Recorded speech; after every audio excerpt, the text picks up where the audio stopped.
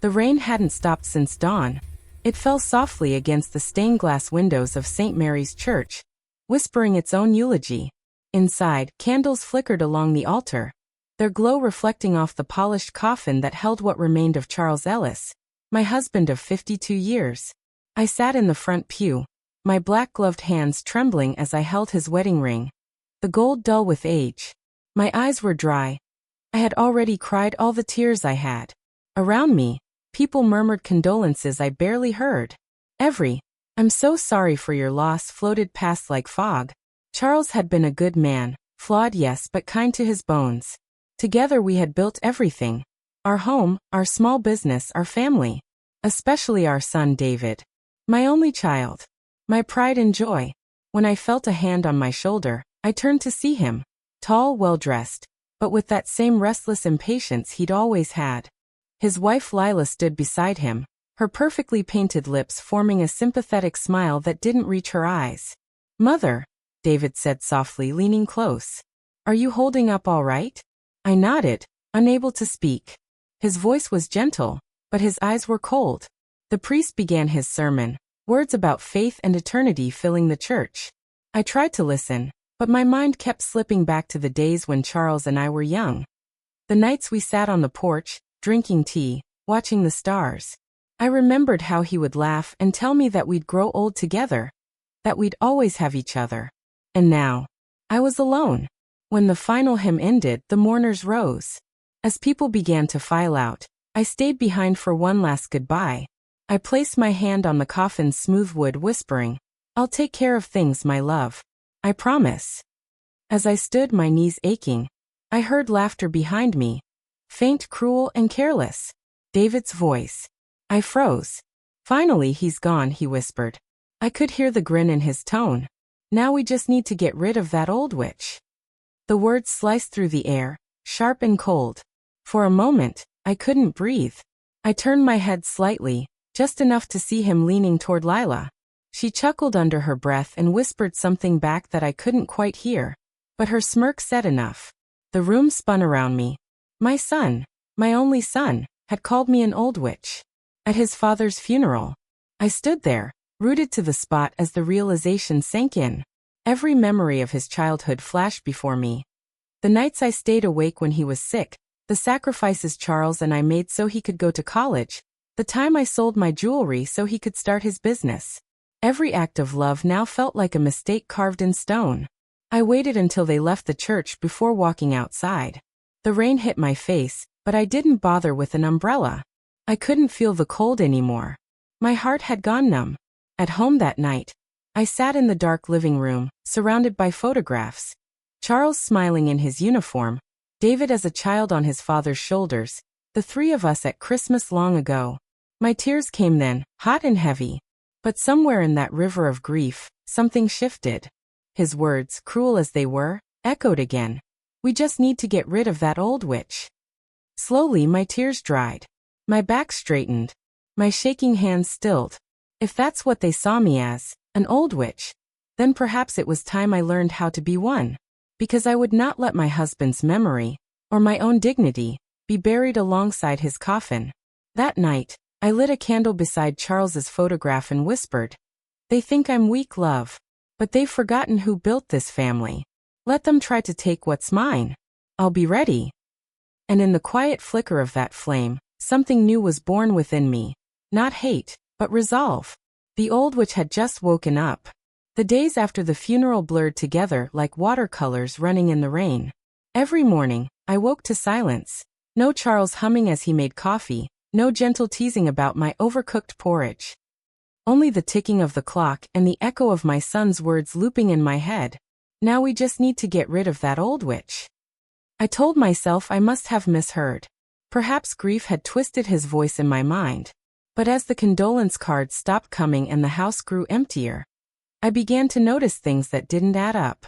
It started small, a missing letter from the bank, an unfamiliar car parked across the street. Then one morning, I went online to pay a bill and found my account balance strangely lower. I frowned, my wrinkled hands trembling as I double-checked the numbers. Money had been withdrawn without my knowledge. At first, I thought it was a mistake. But deep down, something cold told me it wasn't. That afternoon, David and Lila visited. I brewed tea as they sat across from me, Lila's eyes scanning the house like a realtor assessing property. "You must be so lonely now," she said, stirring her tea but not drinking it. "This house is much too big for you, Mother. Don't you think?" I forced a smile. "It's been my home for 40 years, dear. I'm used to the space." David gave a short laugh. "But maintaining a place like this at your age, it's a burden. Maybe it's time to think about something smaller. You know, assisted living, perhaps?" His words hit harder than he realized. I saw it then. The way Lila's fingers tightened around her teacup, how they exchanged a silent glance. This wasn't concern. It was calculation. That night, unable to sleep, I sat quietly in my chair. The floorboards creaked above, their old bedroom when they stayed over years ago. Now I knew they were plotting from there. I closed my eyes, pretending to drift into sleep when I heard their voices through the vent. Lila's whisper was low but sharp. "Once she's gone, we'll sell this place. It's worth over $1 million, David. Think of what we could do." He sighed. "I know, but she's stubborn. We'll have to push her, maybe scare her a little." My breath caught in my throat. The same child whose scraped knees I'd kissed was now planning my disappearance for money. I stayed up until dawn, staring at the window where the first light seeped in. Grief had turned to disbelief. And disbelief was turning to steel. That morning, I called Robert Hayes, our family lawyer.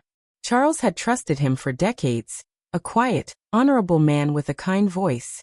I told him everything, from the funeral whisper to the missing funds.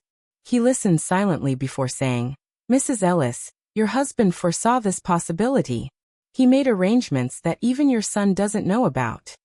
He invited me to his office, and there, as the clock ticked softly behind his desk, he revealed a truth that changed everything. Before his death, Charles had revised his will. All property, investments, and savings, including the house, were under my sole ownership. More importantly, I had the right to change or transfer them to anyone I chose. Without David's consent, Charles had protected me, even from beyond the grave. As I sat there, tears welled in my eyes, not of sorrow but of gratitude. My husband had known his son's greed. Robert handed me a folder. "If you ever feel unsafe, Mrs. Ellis, call me. Don't confront them yet. Let them think they're winning." That night, I lit another candle beside Charles's photo. "You knew, didn't you?" I whispered. "You always knew our boy had a darker side." The flame flickered gently, as if answering. I decided then I wouldn't just survive. I would make them see the woman they had underestimated. The quiet mother they called an old witch would become their greatest lesson.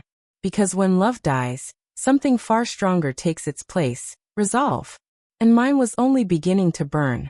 From that day forward, I wore grief like a mask, quiet, heavy, and convincing. To the world, I was a frail widow too lost in sorrow to notice what was happening around her.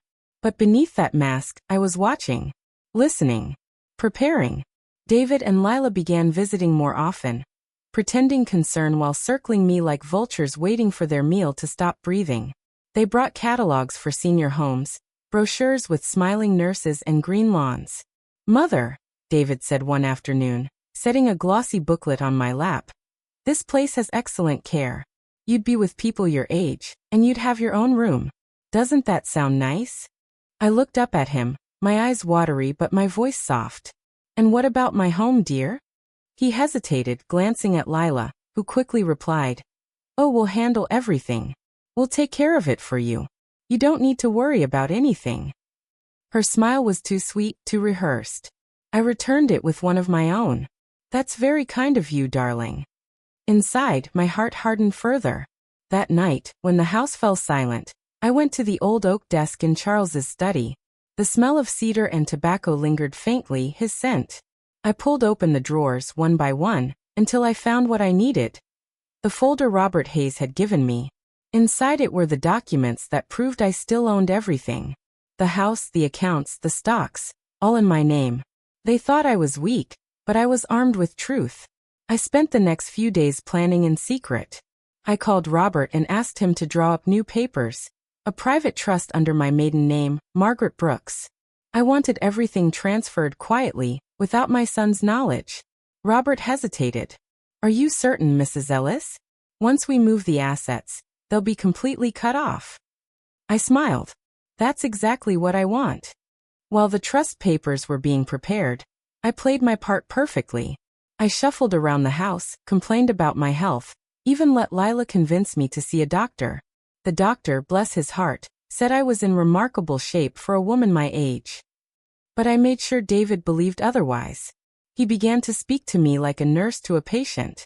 He handled my mail, answered my phone calls, even took the liberty of helping with my bills.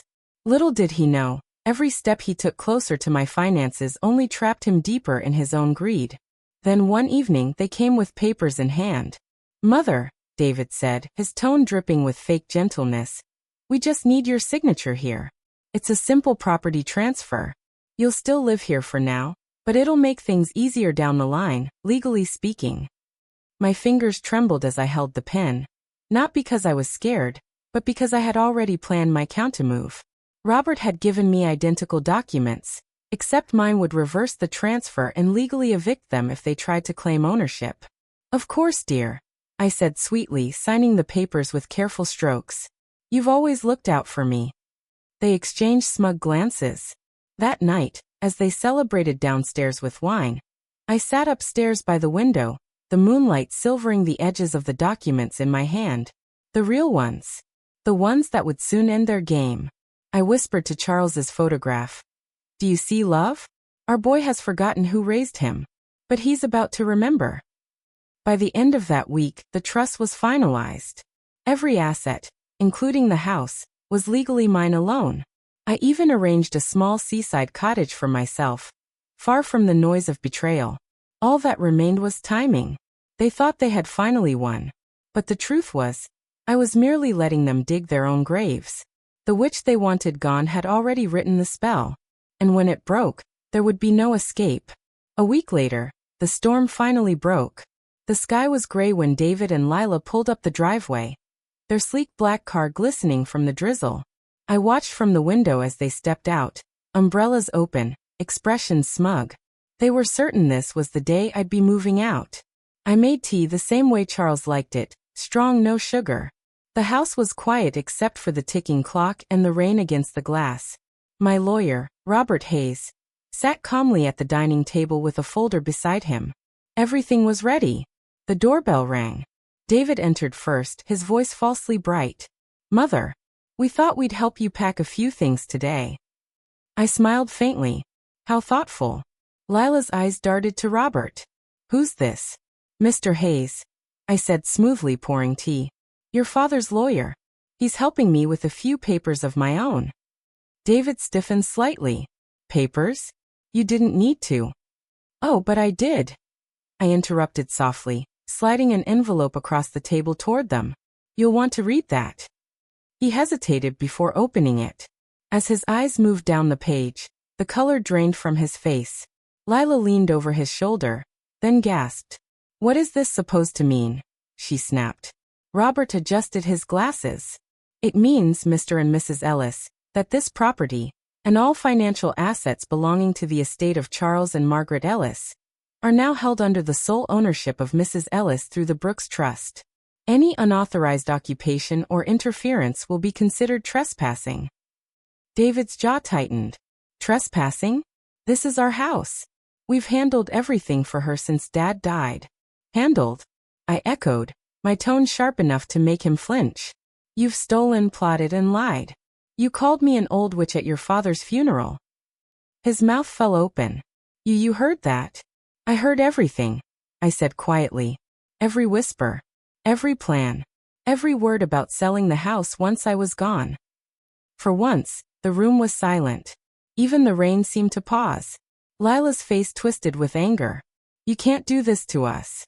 We're family. I looked at her with a calm she couldn't understand. Family doesn't poison love with greed. Robert handed them another envelope. You have 72 hours to remove your belongings from the premises. After that, the locks will be changed. Lila exploded. You think you can throw us out? You're 75. You'll regret this. I smiled. The kind of smile that comes after a lifetime of swallowing pain. "Oh, I don't think I will." They stormed out, slamming the door so hard the windows rattled.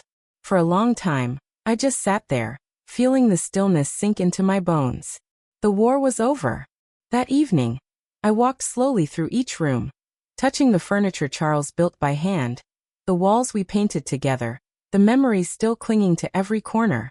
I whispered a quiet goodbye, not because I was losing the house, but because I was finally ready to let go of the pain attached to it. The next morning, a moving truck arrived. I watched from the porch as they loaded my few boxes, clothes, photo albums, Charles's favorite chair. I wasn't sad. I felt light, like a bird finally leaving its cage. By noon, I was on my way to my new seaside cottage, small, bright, and filled with the scent of salt and freedom. That night, I sat on the porch overlooking the water, a cup of tea in my hands. The sun dipped below the horizon, painting the sky in shades of gold and violet.